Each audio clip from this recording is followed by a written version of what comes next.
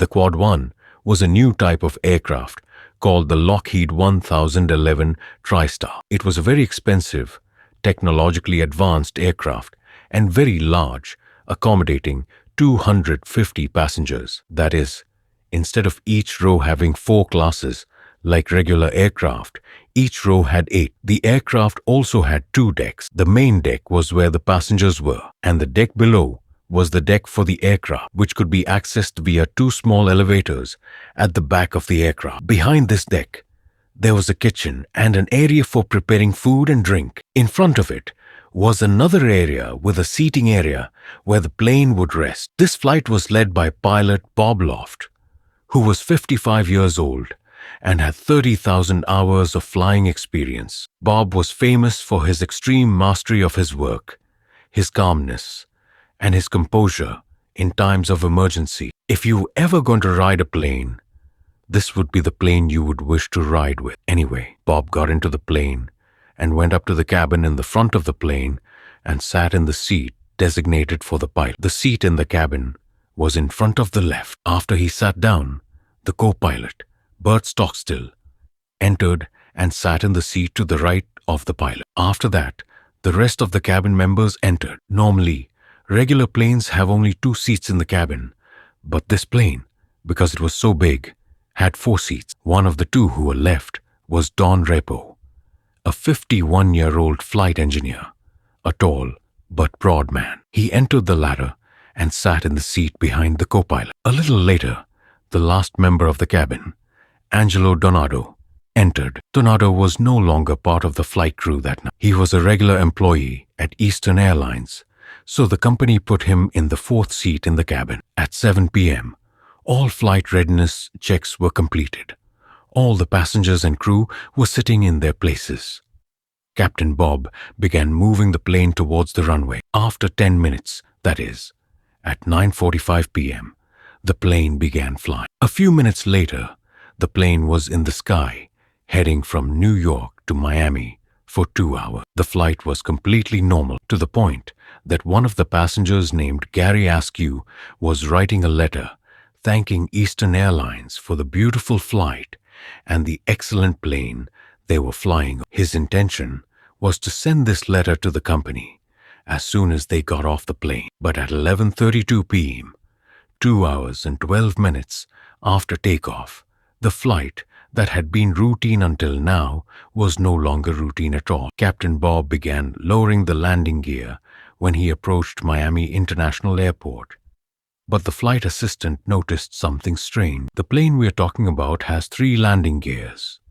One under the right wing, one under the left wing, and one under the nose of the plane. Each of them has a light in the cockpit. When the wheel lowers and locks into place and is ready to land, the light turns on. But when Captain Bob lowered the wheels, he noticed that only 2 of the lights were on. The light of the wheel in the nose of the plane remained off. At that time, the captain and the men who were with him in the cabin said that the problem must be in the light bulb.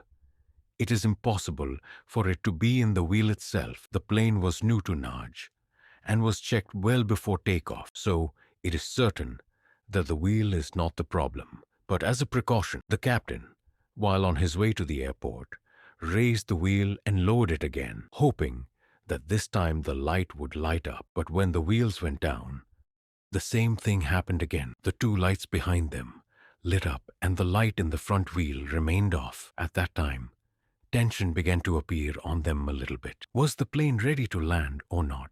So Captain Bob calmly called Miami Air Traffic Control. He told them that he could not confirm whether the front wheel of the plane was down or not, so he needed 1,000 turns in the sky. Air Traffic Control directed him to fly over the Everglades area. The Everglades is a very large area of wetlands in Florida, so Captain Bob took the plane and went up there away from the air routes until he solved the problem. The captain actually took the plane a quarter of a mile and flew over the Everglades. There the plane was put in a position where it would circle itself in a closed circle, and the captain and the flight assistant set the plane to autopilot mode so that the plane would maintain a constant altitude of 600 meters above sea level and a constant speed of 320 kilometers per hour. After the plane entered autopilot mode, they began to see what the story was with the bulb. They began to knock on the bulb,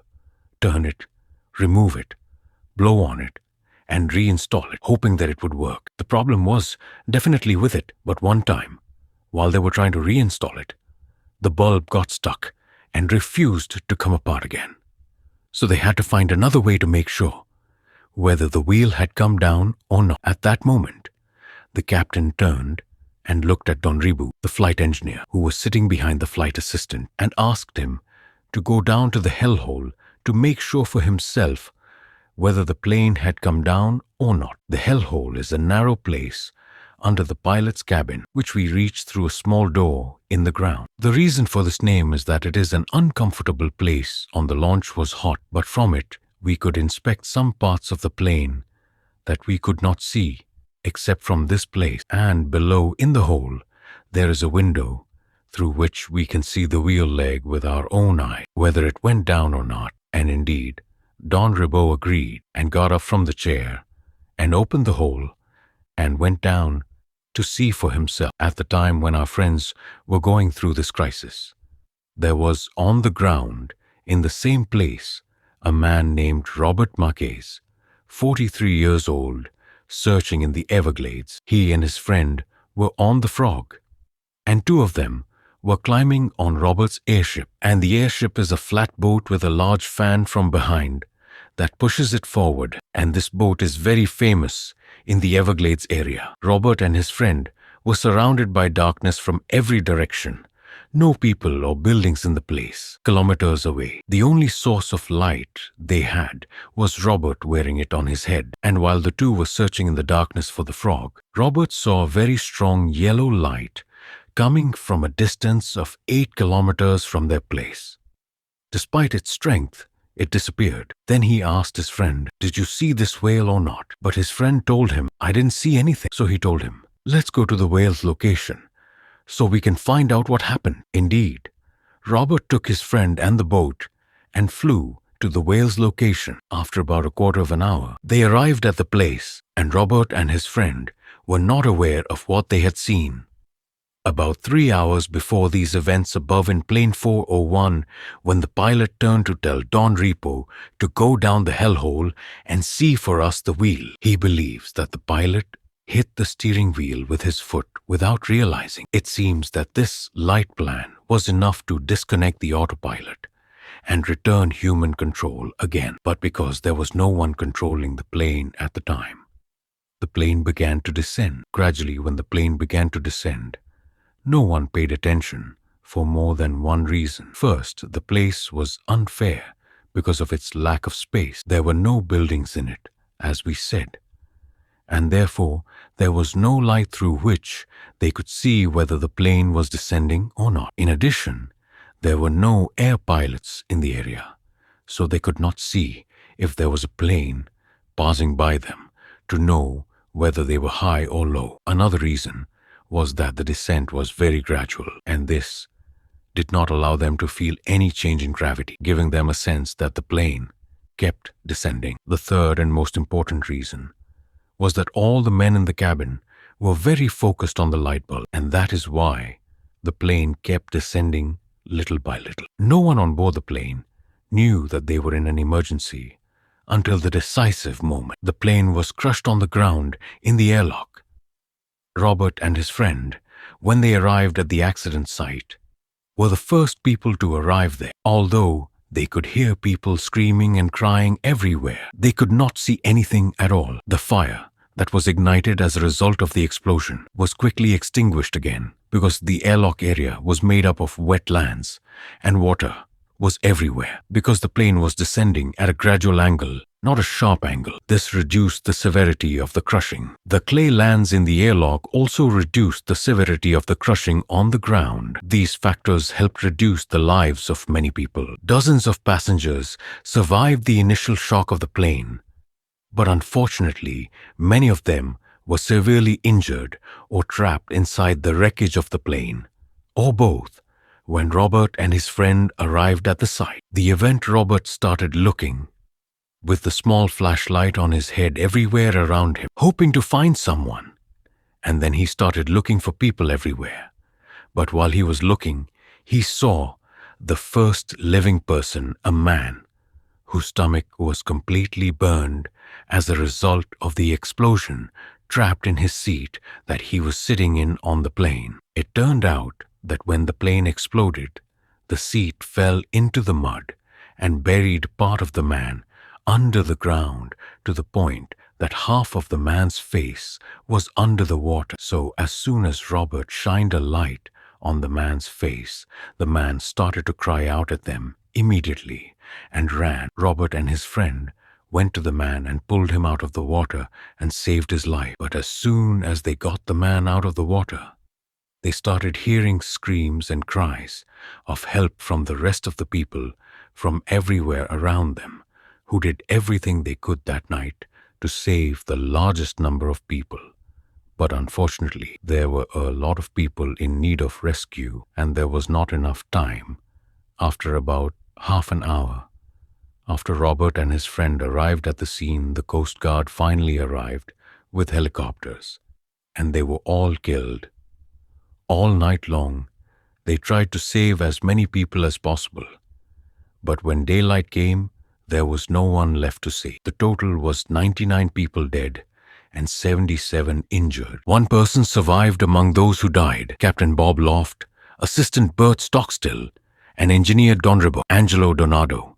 The fourth man, who was sitting with them in the cabin, survived the incident, and even Jerry Esco, the man who was writing a letter about how beautiful, pleasant, and smooth the flight was, also survived the incident. The investigations that were made after that to find out the cause in this incident confirmed that the cause of the accident was the factor of human error. What is more unfortunate is that the investigations confirmed that the wheel was going down normally. The bulb was the one that burned out. After the investigations were completed, Eastern Airlines did everything it could to try to compensate the people who survived the incident or the families of the people who died. It also made many changes in the training program for pilots and assistants to ensure that this disaster would not happen again. But this was not the end of the story of the Quarter 101 plane. Over the course of 3 years after the Quarter 101 plane incident, hundreds of employees at Eastern Airlines began to experience the ruin. And when the employees went to their superiors to tell them what was happening, the company was very clear that it wanted to cover up the issue and did not want any confusion or a lot of talk about the incident. Every time an employee submitted a report that they did not like, they would either send him to a psychiatrist or fire him. Despite the intense pressure that the company was putting on the employees, some employees went to journalists in secret and told them everything that was happening there in March 1973, meaning 3 months after the plane crashed into the Everglades. Only 3 months after the plane crashed into the Everglades, a flight attendant at Eastern Airlines named Jenny was assigned to Flight 318, which was flying from New York to Florida. On this flight, she was accompanied by a crew of flight attendants, including her flight attendant friend named Denise. Flight 318 was on the 111 plane, the same model as Flight 401. Not only that, there were spare parts from the plane that crashed when the incident occurred. After the investigations were completed, the researchers discovered that there were many spare parts from the plane that were still intact and in excellent condition. And so, after they were checked and the company confirmed that they were operating efficiently, the company began installing them as spare parts in its fleet of the same model. And since these spare parts had nothing to do with the plane crash and were far from the error that occurred, no one objected to the company installing these spare parts in other planes. Anyway, Flight 318 took off, and Jenny, Dennis, and another group of flight attendants taught us.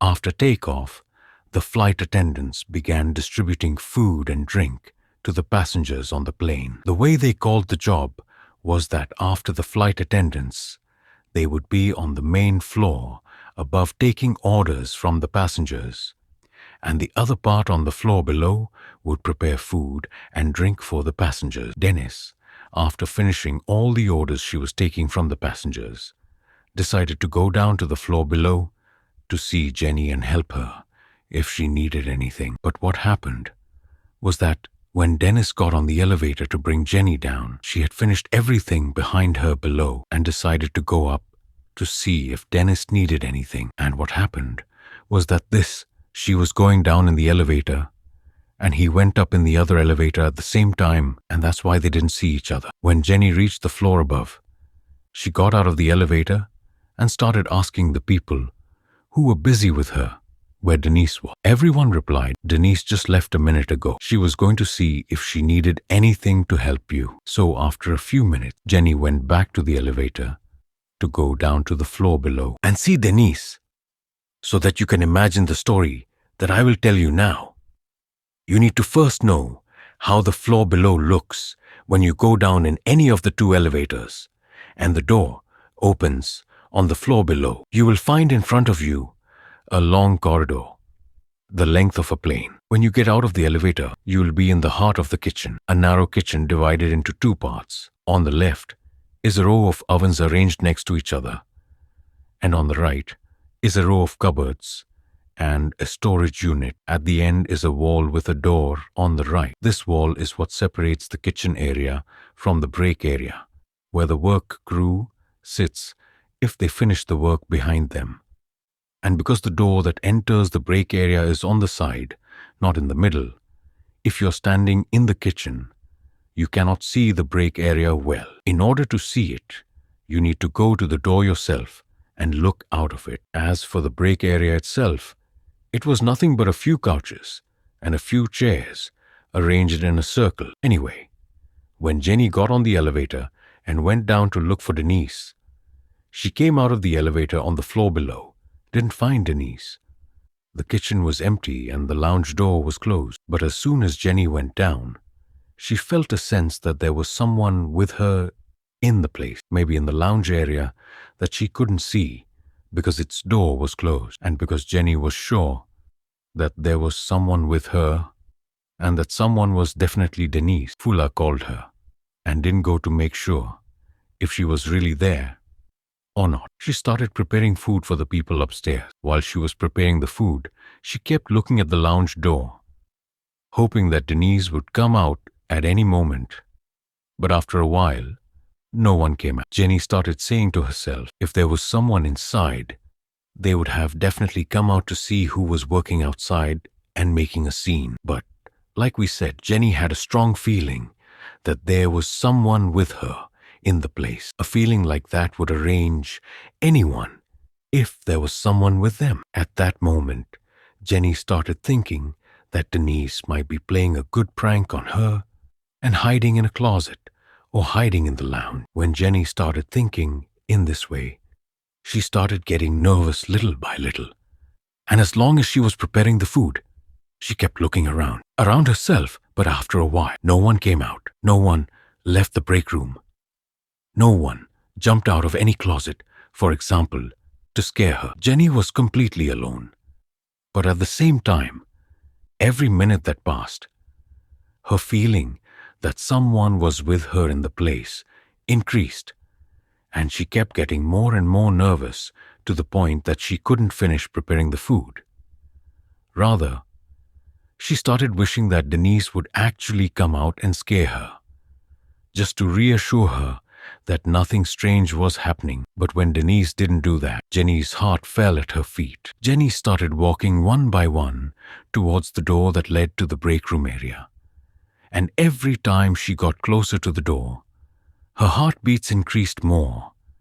And when she arrived, she grabbed the door handle, turned it, opened the door, and stuck her head in just to see who was inside. She didn't find anyone, but the moment she put her head in, her feeling that there was someone next to her increased noticeably, to the point that all the hair on her body stood on end, and so she ran to the break room area or searched every corner and every place, hoping to find someone trying to joke with her. But after she searched everywhere and still didn't find anyone, she turned to terrified. All that was going through her mind now was that she was at the end of the break area, and in order to get out, she would need to pass through the entire break area and the kitchen to reach the elevator. At that moment, Jenny started moving one by one towards the door that leads to the kitchen. The closer she got to it, the more and more of the kitchen appeared. She hoped that she would find someone standing outside. She felt that there was someone with her in the place, which kept increasing and not wanting to decrease. But when she reached the door and uncovered the entire kitchen, she found the kitchen completely empty. At that moment, Jenny ran to the elevator hysterically and kept pressing the button terrified. As long as she was waiting for the elevator to come down, she kept looking around herself. Finally, the door opened. Jenny entered quickly and kept pressing the button hysterically until the door did not open when Jenny arrived. The floor above ran out the door, and as she was leaving, she bumped into Mildred, the stewardess, who was standing in front of the elevator door to get off. After the two regained their balance, they looked at each other, and it was clear that there was something strange about Jenny. Her color was discolored. She was sweating, and she was panting. Mildred asked her, "What's going on with Jenny?" Jenny replied and said, "I don't know. I can't tell you what's going on. I don't know." So Mildred got up and was told to come with her. Jenny walked behind her, and they went to a place at the back of the plane, far from the eyes of the passengers.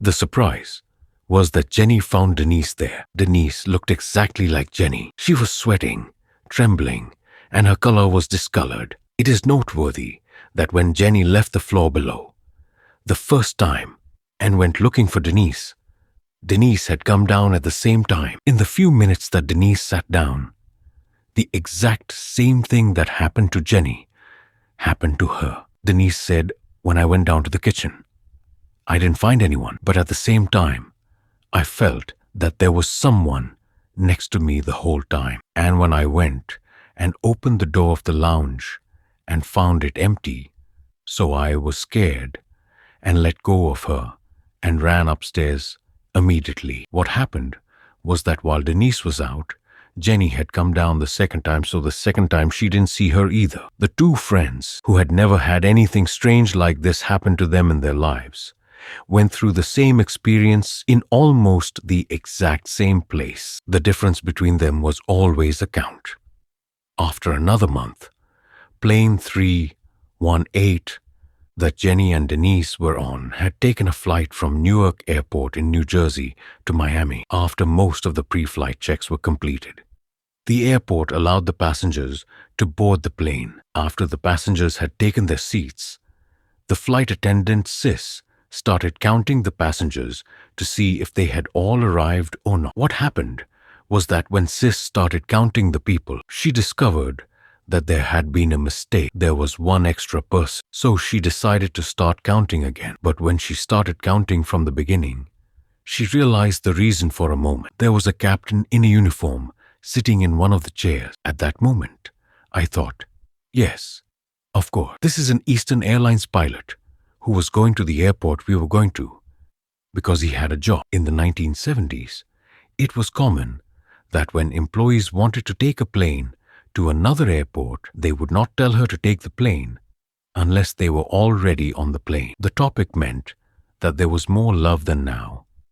So Sis thought that this must be what the pilot did, and because of this, he was not counted with her in the list in her hand. So the next step was for her to leave. She asked him his name to write it down, and she actually went up to him, greeted him, introduced herself, and started asking him his name in order to write it down. What happened was that the man left a bus in front of him and did not look towards Sis, and he did not respond to her, nor did he even hear her, even though she was standing exactly next to him and speaking in a clear voice, and there was no one else talking at all. Sis waited a while and then repeated the question again, and for the second time, the man did not pass him by at this moment. Another flight attendant named Diane saw what was happening and went to help Sis. She left and came back.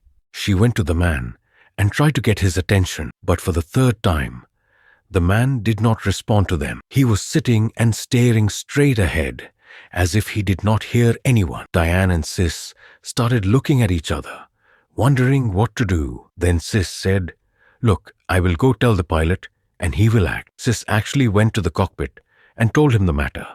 1, 2, 3. The pilot, George, who was in charge of the flight, went out with her to see why the strange man did not respond to him. While George and Sis were going to the man, several of the passengers noticed that something strange was happening. 6 of the passengers turned from their seats to watch and see what was happening. George and Sis reached the man next to Diane and approached him to ask him about the matter. Until now, no one had seen the man well, because he was sitting, wearing a large hat, and staring at him in front of him. George approached him and got down on his knees to talk to him.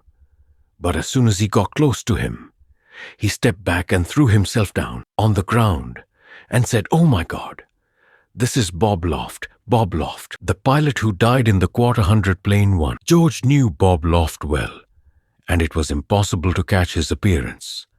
But before George or any of the flight attendants or any of the 6 passengers could do anything, the man disappeared in front of their eyes, and immediately the 6 passengers started screaming hysterically. And George and Diane and Sis, who were already terrifying, understood that they were the ones responsible for the flight and the flight security. And so they started to limit people. And after the plane calmed down a bit, they started searching the plane piece by piece. Surely no one disappears in the air. This man definitely ran in front of us without us noticing. And he is definitely somewhere in the plane. And for more than an hour, the passengers were asked to remain in their seats until we see where the matter will go, and the search process for the man who disappeared began in every inch of the plane, but to no avail. And after a long delay for the flight, Flight 318 actually took off and arrived in Miami. And as soon as they arrived there, 3 went straight to the company and submitted a report on what they saw. But the strange thing is that Eastern Airlines itself did nothing. In fact, the reports disappeared after a few weeks. When the employees went to ask the management about these reports, the management denied that these people had even made reports.